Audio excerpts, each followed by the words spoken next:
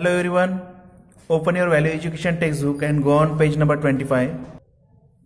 Dear friends, in this video we are going to start our fourth lesson and that is solidarity of mankind, means मनुष्य की एकता. At the starting of this lesson, one famous quotation of Albert Schweitzer is given here.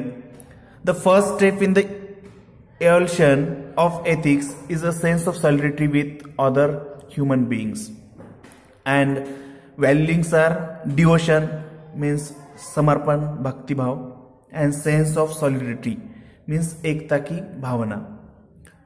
So let's start. Time to start.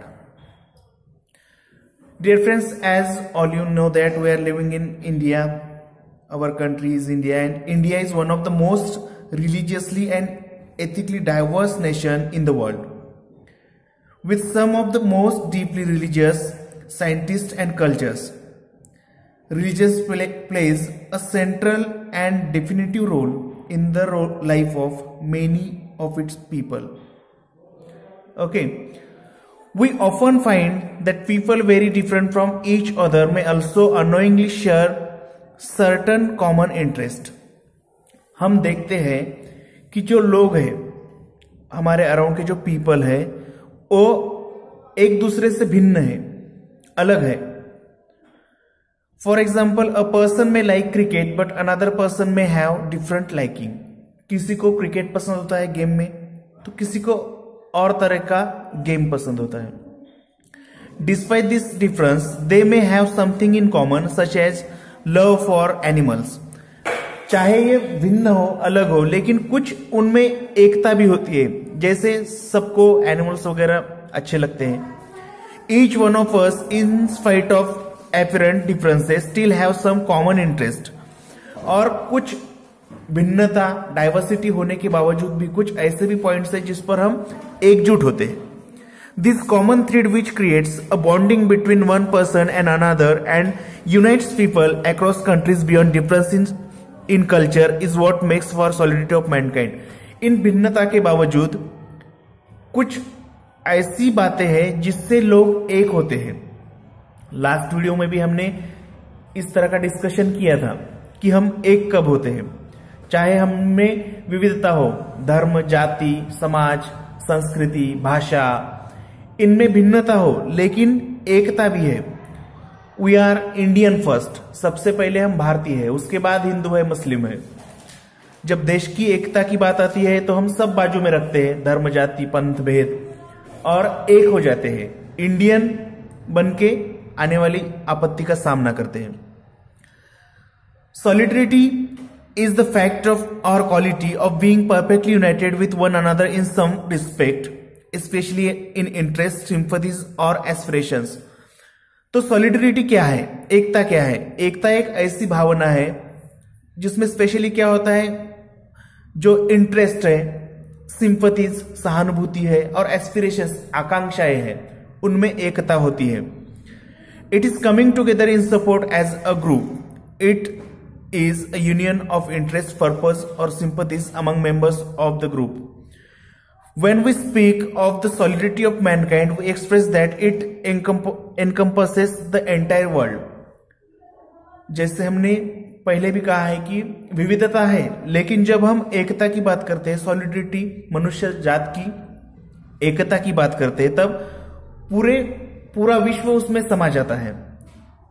We are one, ये भावना हमें जागृत होती है और हम एक दूसरे के साथ वैसा बर्ताव करते हैं, है ना.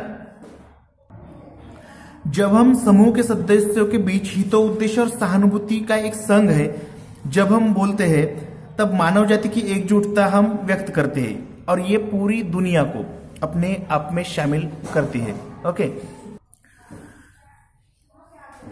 The solidarity of mankind is best presented in times of national crisis. और ये जो एकता है, एकता की भावना है, वो जब नेशनल क्राइसिस आता है, राष्ट्रीय विपत्ति, आपत्ति जब आती है, उस वक्त अच्छी तरह से प्रदर्शित होती है. A fight for freedom from the shackles of injustice as it happened in the French Revolution. जो यहां पर एक एग्जाम्पल दिया है फ्रेंच रिवॉल्यूशन का. उस वक्त समानता के लिए जब 16th लुई के बारे में आपने सुना होगा, जो जुल्मी शासक था फ्रेंच का, तो उसको भगाने के लिए और वहां पर लोकतंत्र प्रस्थापित करने के लिए फ्रेंच रिवॉल्यूशन हुई। तब इसकी हमें पहचान हुई। अन्याय के खिलाफ जब वो एक हुए फ्रेंच पीपल, तो उस वक्त उन्होंने जो 16th लुई था उसका जो राजतंत्र था उसको नष्ट किया और लोकतंत्र की स्थापना की। ये फ्रेंच रिवॉल्यूशन में हुआ। It is also displayed in times of devastating natural disasters like the Latur earthquake और the tsunami in our own country. और यही एकता जब राष्ट्रीय नैसर्गिक आपत्ति होती है, नेचुरल डिजास्टर, जैसे भूकंप लातूर में हुआ था, किल्लारी गांव हमने सुना, आपने सुना होगा। तब पूरा देश एक हुआ था। जाति धर्म पंथ के भेद भुला के हमने उस आपत्ति में जो लोग फंसे हैं उनको बाहर निकाला था। India show the direction to all enslaved nations at different times during its freedom struggle that such a large nation with its limitless diversities can get togetherness as one and achieve the impossible। 1947 को हमें freedom मिला, लेकिन उसके पहले हम British rule के under थे, हम पर जुल्म होते थे। कोई भी कारोबार या अधिकार इंडियन लोगों के पास नहीं थे। उस वक्त जो हमारे फ्रीडम फाइटर्स थे उन्होंने पूरे देश के लोगों को एक बनाने का, एक संग करने का काम किया। और उन्होंने जब आवाज दी, चाहे वो 1942 का क्विट इंडिया मूवमेंट हो, महात्मा गांधी जी के सुपरविजन में का, या अन्य कोई भी मूवमेंट हो, उसमें उन्होंने, हमारे नेशनल लीडर ने जब आवाज दी तो सब देश एक हुआ और ब्रिटिश गवर्नमेंट के खिलाफ उन्होंने आवाज उठाई। और एज रिजल्ट क्या हुआ कि हमें स्वतंत्रता मिली 15 अगस्त 1947 को। ओके, 15 अगस्त 1947 को।